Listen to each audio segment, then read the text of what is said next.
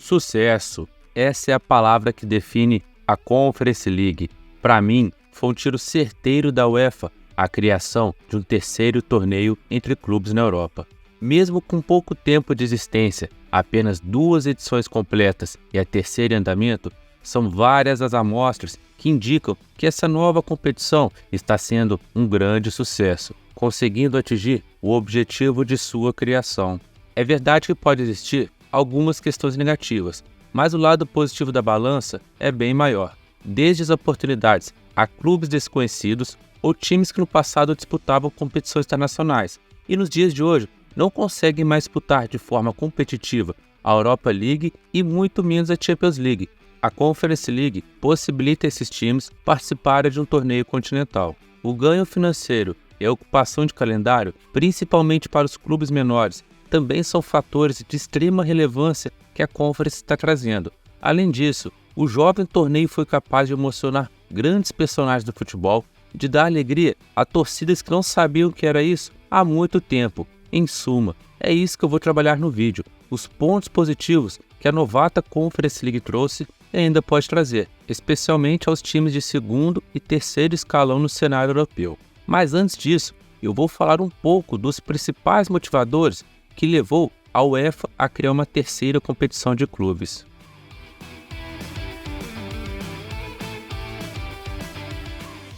A dissolução da União Soviética e da Iugoslávia nos anos 90 acabou criando vários países e, com isso, mais federações e clubes de futebol foram criados na Europa. Esse foi um dos fatores que fez a Champions League e a Europa League passar por mudanças nos formatos e, consequentemente, aumentar o número de participantes dos torneios. E agora, em 2021, foi a vez do surgimento da Conference League, com o principal objetivo de abranger mais times, principalmente os de segunda e terceira prateleira do futebol. Vale frisar que sim, eu estou ciente que a criação desse novo torneio também envolve questões políticas no futebol, questões de votos, mais dinheiro para a UEFA e outros afins. Mas nesse vídeo eu vou tentar ao máximo focar nos desdobramentos dentro das 4 linhas. Antes da criação da Conference League em 2021, o total de participantes na fase de grupos da Champions e da Europa League somava 80 no total, 32 no principal torneio europeu e 48 no secundário. A princípio, pode parecer um número considerável, mas se olharmos bem, a Europa possui mais de 50 federações e, alinhado ao fato de boa parte das vagas para esses 2 torneios ficarem uma ponta que contém os países mais importantes no futebol do velho continente, como Itália, Inglaterra e Alemanha, já na outra ponta temos federações médias, como a turca e a belga, e menores ainda, como Montenegro e Albânia, que têm menos vagas, tanto na Champions quanto na Europa League, inviabilizando alguma campanha significativa, com muitos países só de ter um time na fase de grupo de algum desses 2 torneios já é considerado um milagre. É óbvio que a melhor solução para esse problema não é inchar a Champions League e a Europa League, pois isso certamente iria fazer cair o nível, não só técnico, mas também de interesse em ambas competições, pelo fato do grande desnível que causaria entre os clubes. A melhor saída realmente é a criação de um novo torneio, o terceiro na linha de importância da UEFA. E é para isso que vem a Conference, em que a sua inserção aumentou a quantidade de participantes dos campeonatos. Aquele número de 80 clubes na fase de grupos dos torneios da UEFA passou para 96 participantes, 32 em cada competição. E antes de eu falar tudo de bom que a Conference League está proporcionando ao futebol europeu, com o sucesso da criação desse terceiro torneio na Europa, é normal imaginar se isso não daria certo aqui na América do Sul. Na minha visão, desse jeito atualmente que é o formato da Libertadores da Sul-Americana, de forma alguma daria certo. O tanto de vagas disponíveis para bem menos países em comparação com a UEFA jogaria o nível dessa hipotética terceira competição por aqui muito lá para baixo. Olhem o tanto de vagas que o Brasil já tem para a Libertadores e Sul-Americana. Seria capaz de ter times sendo rebaixado aqui e ao mesmo tempo indo para essa nova competição na América do Sul. Calma, gente. Essa imagem do Vascão apareceu automaticamente aqui quando eu falei de rebaixamento, e eu não tenho culpa com isso. Para fechar esse raciocínio de uma eventual terceira competição na América do Sul, se os times de terceiro escalão no Brasil ou na Argentina já não são interessantes, imaginem pegar times de terceira qualidade numa Bolívia ou Venezuela, por exemplo. Se tornaria bem menos atrativa essa nova competição.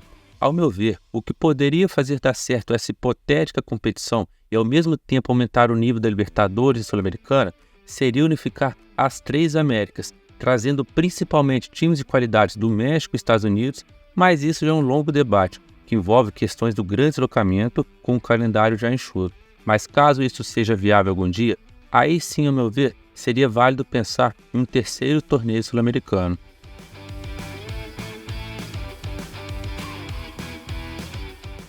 Zrinjski e Mostar.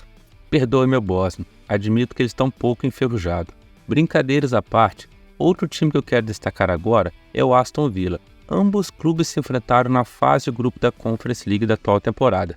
Na minha humilde opinião, esse enfrentamento já é capaz de exemplificar bastante o sucesso do novo torneio, pelo simples fato de ser inimaginável pensar que os Zrinjski disputem uma fase de grupos de Champions League, por exemplo, além de proporcionar times como os próprios bósnios do Zrinjski de enfrentar um time tradicional da Premier League. E no que tange ao Aston Villa, a situação bem parecida, só que pelos motivos diferentes. O Villa, um campeão europeu, que antes dessa sua participação da atual Conference, estava muitos anos sem participar de uma competição internacional, devido à sua queda nas últimas décadas, em consonância com a dificuldade de desbancar o Big Six na Premier League, via campeonato inglês ou alguma das duas Copas Nacionais, obstáculos que ele tem que vencer para que seja possível ingressar no torneio da UEFA. Vocês conseguiram perceber que esse simples duelo entre o Zrinjski e Mostar e o Aston Villa sintetizou de forma bem clara uma das principais propostas da Conference League,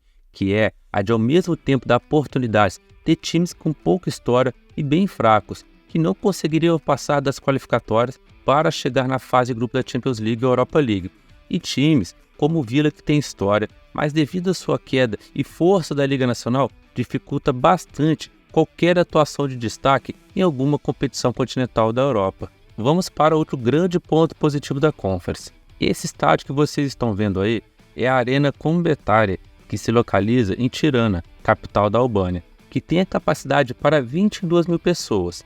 Agora, sejamos sinceros, vocês conseguem imaginar algum dia esse estádio sediar uma final de Champions ou Europa League? É lógico que não, mas para a Conference League faz total sentido, e lá mesmo foi palco da primeira final entre Feyenoord e Roma, que não apenas sagrou os romanos como campeões, conquistando sua primeira taça continental, mas também que fez o consagrado José Mourinho e as lágrimas, fazendo ele poder se gabar de fazer história, o transformando no único técnico detentor dos 3 torneios em atividade na Europa, a Conference League, a Champions League e a Europa League. Agora olhem a festa da torcida do West Ham, que após derrotar a Fiorentina por 2-1, se sagrou como o segundo campeão do novo torneio, londrinos, que não ganhavam nada há 43 anos. Essa conquista pôde dar alegria a seus adeptos, principalmente aqueles que têm cerca de 45 anos de idade para baixo e que nunca tinham visto uma conquista do clube.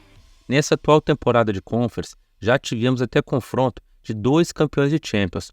Foi nas oitavas de final, em que o Villa eliminou o Ajax. Hoje a competição se encontra nas quartas de final. Os favoritos para o título são o Aston Villa e a Fiorentina.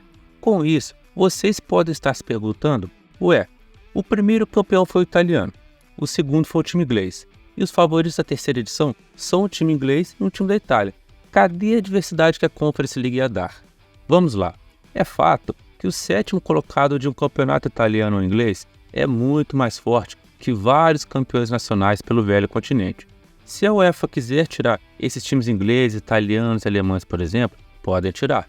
Mas ela, querendo ou não, eles ainda são os principais responsáveis por atrair receitas e atenção para a Conference. Tirando eles, a competição vai morrer cedo. Quem vai querer patrocinar e assistir uma competição apenas com clubes desconhecidos e de ligas periféricas? Quase ninguém. Ou seja, na maioria das vezes, os títulos ficarão nos principais países do futebol europeu. Sobre isso, não tem muito o que fazer não. Entretanto, o que a Conference League traz, o que os outros 2 campeonatos não trazem, é o de times de países de segundo ou terceiro escalão na Europa, de sonhar com o título ou de ir longe. Por exemplo, nessa mesma edição da Conference, que eu estou colocando a Fiorentina e o Aston Villa como favoritos, ao meu ver, o terceiro candidato é o Fenerbahçe, que é da Turquia, e nessas quartas de final já temos um time da República Tcheca, que é o Viktoria Pilsen, e na semifinal teremos um belga ou um grego, que sairá do confronto entre Bruges e PAOK. Perceberam a diferença? Uma diversidade de representantes de países bem maior do que se encontra nas duas principais competições da UEFA. Fazendo um breve exercício de imaginação, olhem o que o Karabag do Azerbaijão fez nas oitavas de final da Europa League, contra a sensação da temporada, o Leverkusen. Os azeres do Karabag só foram ser eliminados com 2 gols que tomaram nos últimos 7 minutos de jogo. Quem sabe se eles estivessem na Conference League, que tem times de menos qualidade técnica em comparação com a Europa League, o Karabag não poderia sonhar ir mais longe. Conseguiram perceber que a criação desse torneio não será garantia que o time da Turquia ou Ucrânia, ou mais abaixo ainda, conquiste a taça, mas que certamente os clubes conseguirão ir muito mais longe na Conference, sem ser saco de pancadas como muitas vezes eram na Champions League e Europa League. Mas é claro, eles eram um saco de pancadas nas raras vezes que conseguiam participar de algum desses 2 torneios. Também não podemos esquecer que a criação da Conference está trazendo mais receitas para esses times que não conseguiam participar de alguma competição europeia. Observe bem a tabela com valores aproximados de premiação dos 3 torneios da UEFA. A Champions paga muito mais, porque é que mais dá visibilidade, tem os melhores jogadores, patrocínios e por aí vai. É assim que funcionam as coisas. Mas se atenta ao valor da Conference. Para um time da Premier League, por exemplo, esse valor chega a ser irrisório, mas para um time do porte, como o nosso Zrinjski da Bósnia, é um montante que faz muita diferença. Além de toda essa questão financeira, com o início da Conference, aumentou o calendário de competições desses times fracos que não conseguiam ingressar na Champions League e Europa League, pois eles ficavam nas fases qualificatórias. Ademais, vale ressaltar que a Conference League também fez melhorar o nível técnico da Europa League, pois antes eram 48 clubes na fase de grupo e agora são 32. Anteriormente, o pessoal só começava a dar atenção para a Europa League lá para as quartas de final, porque devido à grande quantidade de times, acabava tendo jogos com ambos times ruins ou outras partidas que o desnível técnico entre os 2 que estavam jogando era bem grande. Hoje, essa visão já mudou bastante. Desde a fase de grupos, nós já temos jogos bem mais disputados e com qualidade técnica superior, porque diminuiu os participantes, cortando os de menor qualidade. Vide o grupo B dessa temporada, em que tínhamos o campeão grego, AEK Atenas, Marselha da França, Ajax e Brighton, um grupo muito competitivo e de qualidade. Depois de todo esse apanhado geral sobre tudo de bom que a recém-criada Conference League está proporcionando ao futebol do velho continente, comenta aqui abaixo se vocês concordam com esse meu pensamento, que é o de esse terceiro torneio ser um sucesso e um dos maiores acertos da UEFA nos últimos tempos.